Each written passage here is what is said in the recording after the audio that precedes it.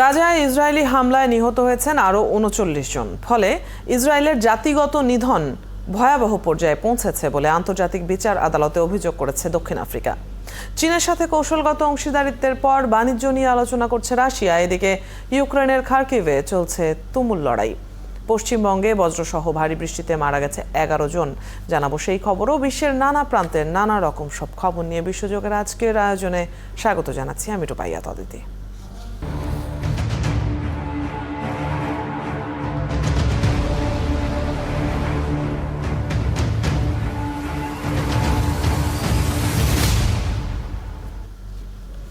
গাজায় ইসরায়েলি হামলায় আরও ৩৯ ফিলিস্তিনি নিহত ও ৬৪ জন আহত হয়েছেন। এখন পর্যন্ত উপত্যকাটিতে নিহতের মোট সংখ্যা পৌঁছেছে প্রায় ৩৫,৩০০ জনে। এদিকে উত্তর গাজার জাবালিয়া শহরের কেন্দ্রস্থলে হামলা করছে ইসরায়েলি বাহিনী। সেখানে হামাস সদস্যদের মুখোমুখি হতে হচ্ছে তাদের।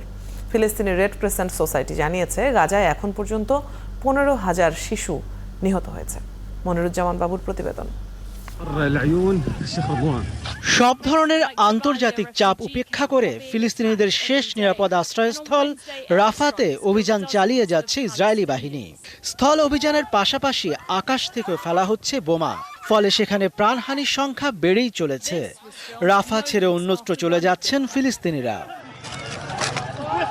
ফিলিস্তিনের রাষ্ট্রীয় বার্তা সংস্থা ওয়াফা জানিয়েছে মধ্য গাজার নুসিরাত শরণার্থী শিবিরে ইসরায়েলি বিমান হামলায় ৪ জন নিহত এবং অনেক আহত হয়েছে। এছাড়া উত্তরে জাবালিয়া শরণার্থী শিবিরে বিমান হামলা চালিয়েছে ইসরায়েল।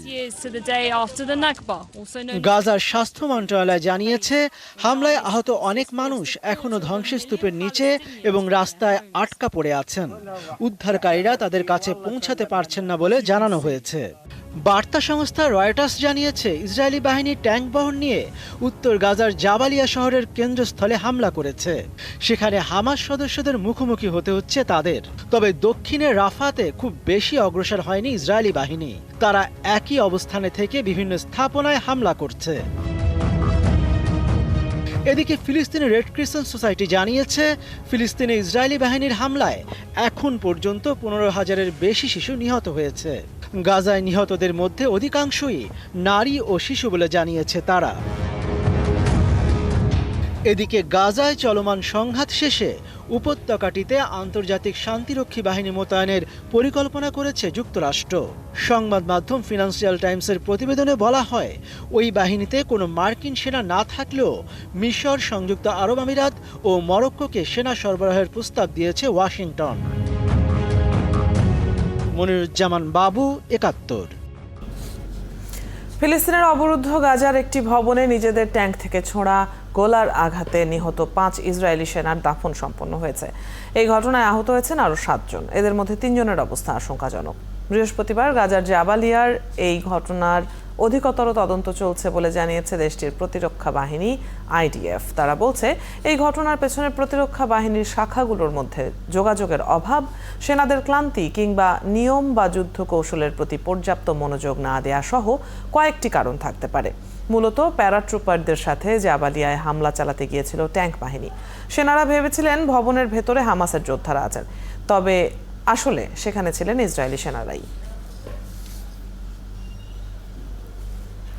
ইসরায়েলের বন্দর অভিমুখে যাত্রা করা সব জাহাজকে হামলার লক্ষ্যবস্তু করার ঘোষণা দিয়েছে ইয়েমেনের সশস্ত্র বিদ্রোহী গোষ্ঠী হুথি। বৃহস্পতিবার এক টেলিভিশন ভাষণে হুথি প্রধান আব্দুল মালিক আল হুথি এই হুঁশিয়ারি দেন। তিনি বলেন, ইসরায়েল ও এর মিত্র যুক্তরাষ্ট্র ও যুক্তরাজ্যের জাহাজ তাদের মূল লক্ষ্যবস্তু। একই সাথে চীন, রাশিয়া, এশিয়া এবং ইউরোপের দেশগুলোকে ইসরায়েলি বন্দরে পণ্য না পাঠাতে আহ্বান জানিয়েছেন তারা।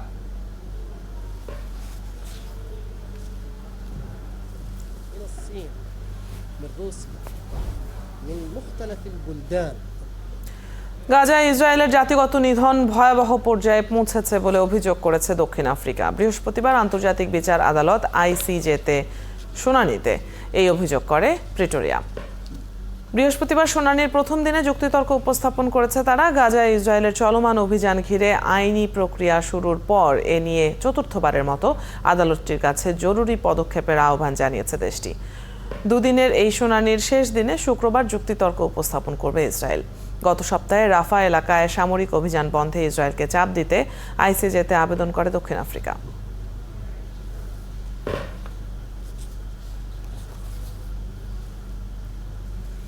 ফিলিস্তিন রাষ্ট্রকে স্বীকৃতি দিতে বিশ্বের আরও দেশের প্রতি আহ্বান জানিয়েছেন তুরস্কের প্রেসিডেন্ট রিসেপ তাইয়েপ এরদোয়ান।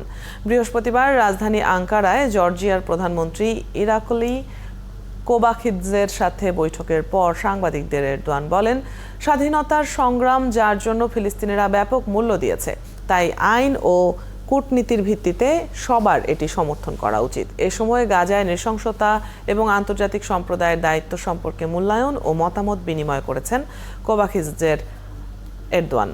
আঞ্চলিক এবং বৈশ্বিক সমস্যা নিয়ে আলোচনা হয়েছে তাদের মধ্যে। তুরস্কের কুর্দিপন্থী একটি দলের সাবেক প্রধানকে ৪২ বছরের কারাদণ্ড দিয়েছে দেশটির আদালত। ২০১৪ সালের সহিংস বিক্ষোভে সংশ্লিষ্টতার দায়ে বৃহস্পতিবার সেলাহাতিন দেমিরতাস নামের এই নেতাকে সাজা দিয়েছে আদালত।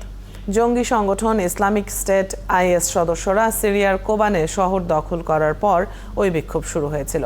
২০১৬ সাল থেকে কারাগারে আছেন ৫১ বছর বয়সী সেলাহাতিন দেমিরতাস। তুরস্কের নির্বাচনে তিনি দুবার বর্তমান প্রেসিডেন্ট রিসেপ তাইয়েপ এরদোয়ানের প্রতিদ্বন্দ্বী ছিলেন। রাষ্ট্রীয় ঐক্য এবং দেশের অখণ্ডতা ক্ষুণ্ণ করা সহ বেশ কিছু অপরাধে দোষী সাব্যস্ত করা হয়েছে সেলাহাতিন দেমিরতাসকে।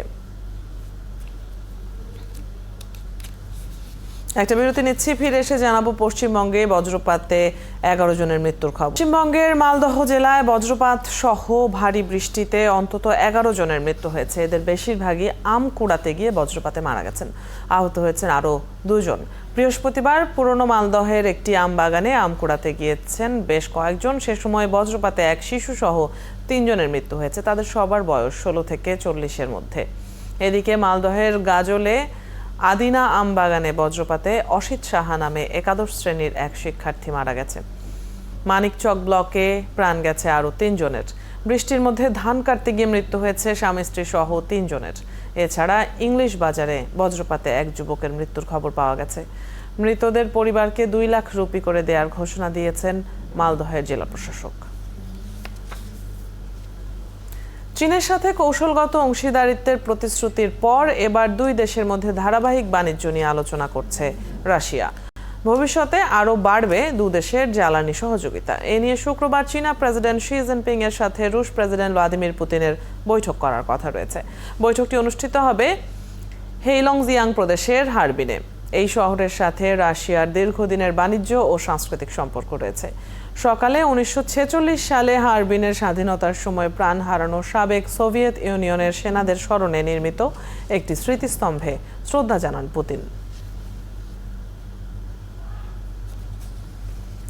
ইউক্রেনের খার্কিভ শহর ঘিরে কঠিন লড়াই চলছে বলে জানিয়েছেন দেশটির প্রেসিডেন্ট ভলোদিমির জেলেনস্কি। তিনি বলেছেন, পরিস্থিতি অত্যন্ত কঠিন তবে নিয়ন্ত্রণে রয়েছে। বৃহস্পতিবার খার্কিভের শীর্ষস্থানীয় সেনা কর্মকর্তাদের সঙ্গে আলাপের পর জেলেনস্কি এসব কথা বলেন। টেলিগ্রামে জেলেনস্কি লিখেছেন, ইউক্রেনের সেনারা রুশ বাহিনীর উল্লেখযোগ্য ক্ষতি সাধন করছে, তাই সেখানে আরও ইউক্রেনীয় সেনা মোতায়েন করা হচ্ছে। Institute for the study of ওয়ারের তথ্য বলছে ৯ থেকে ১৫ মে পর্যন্ত ইউক্রেনের ২৭৮ বর্গ কিলোমিটার এলাকা দখলে নিয়েছে রাশিয়া।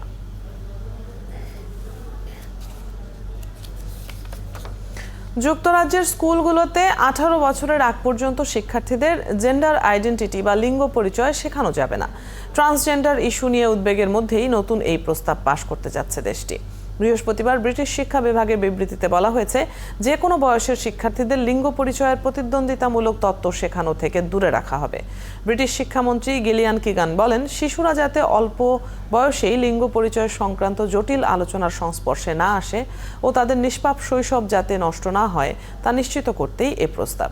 নতুন নির্দেশিকাতে সবচেয়ে সংবেদনশীল বিষয়ে শিক্ষার জন্য স্পষ্ট বয়সসীমা নির্ধারণ করা হয়েছে। স্লোভাকিয়ার প্রধানমন্ত্রী রবার্ট ফিকোকে গুলির ঘটনায় আটক সন্দেহভাজন ব্যক্তির বিরুদ্ধে হত্যা চেষ্টার চার্জ গঠন করেছে পুলিশ। ৭১ বছর বয়সী ওই ব্যক্তি পেশায় একজন লেখক। এই ঘটনায় আটক করা হয়েছে তার স্ত্রীকেও। হাসপাতালে চিকিৎসাধীন ফিকো এখন আশঙ্কামুক্ত বলে জানিয়েছেন দেশটির উপপ্রধানমন্ত্রী টমাস তারাবা। আরও জানাচ্ছেন মাহফুজুর রহমান। স্লোভাকিয়ার প্রধানমন্ত্রী রবার্ট ফিকোকে গুলির ঘটনায় নিন্দার ঝড় উঠেছে গোটা বিশ্বে। এমন নেক্কারজনক ঘটনা কে ঘটিয়েছে তা নিয়েও চলছে চুলচেরা বিশ্লেষণ। একে রাজনৈতিক উদ্দেশ্য প্রণোদিত হত্যা চেষ্টা বলেছেন দেশটির স্বরাষ্ট্রমন্ত্রীও। এ নিয়ে দেশটির সংবাদ মাধ্যম বলছে, হামলাকারী সন্দেহে ঘটনাস্থল থেকে ৭১ বছর বয়সী এক ব্যক্তিকে আটক করা হয়েছে। তিনি পেশায় একজন লেখক।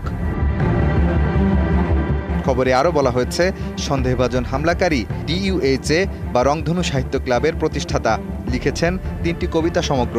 স্লোভাকিয়ার লেখকদের একটি সংগঠনের সদস্য ওই ব্যক্তি।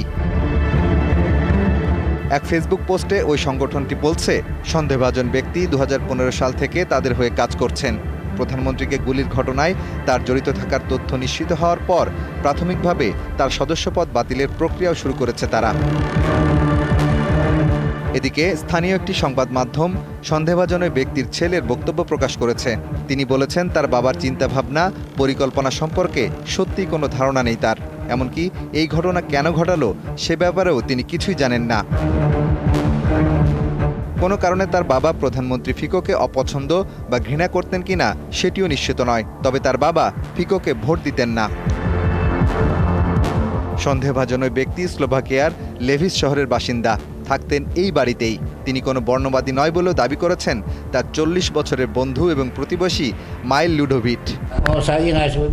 তিনি বর্ণবাদী ছিলেন না, তার অস্বাভাবিক কোনো চিন্তা ভাবনা ছিল না। এমনকি যখন আমরা রাজনীতি নিয়ে কথা বলতাম, তখন আমরা কেবল বিষয়গুলো কিভাবে হতে পারে তা নিয়ে কথা বলতাম, এবং এতে কোনো বর্ণবাদী চিন্তা ভাবনা ছিল না। এরপরও এ বিষয়ে শুরু হয়েছে তদন্ত। তার অতীত এবং বর্তমান সব কর্মকাণ্ড ঘেঁটে দেখছে পুলিশ। ওই ব্যক্তির বিরুদ্ধে গঠন করা হয়েছে হত্যা চেষ্টার চার্জও। এমনকি আটক করা হয়েছে তার স্ত্রীকেও। মাহফুজুর রহমান, ৭১। নাইজেরিয়ায় একটি মসজিদে আগুন ধরিয়ে দেওয়ার ঘটনায় 11 জনের মৃত্যু হয়েছে। এই ঘটনায় আহত হয়েছেন আরও বহু মানুষ। নাইজেরিয়ার কানো রাজ্যের গেজাওয়া এলাকায় মুসল্লিরা ফজরের নামাজে অংশ নেওয়ার সময় এক ব্যক্তি মসজিদে বাইরে থেকে তালা আটকে দিয়ে আগুন ধরিয়ে দেয়। এ সময় মসজিদের ভেতর প্রায় 40 জন মুসল্লি আটকা পড়েন। স্থানীয় পুলিশ জানিয়েছে, সম্পত্তি ভাগাভাগি নিয়ে পারিবারিক বিরোধের জেরে ঘটনার সূত্রপাত। এরই মধ্যে সন্দেহভাজন ব্যক্তিকে গ্রেপ্তার করেছে পুলিশ।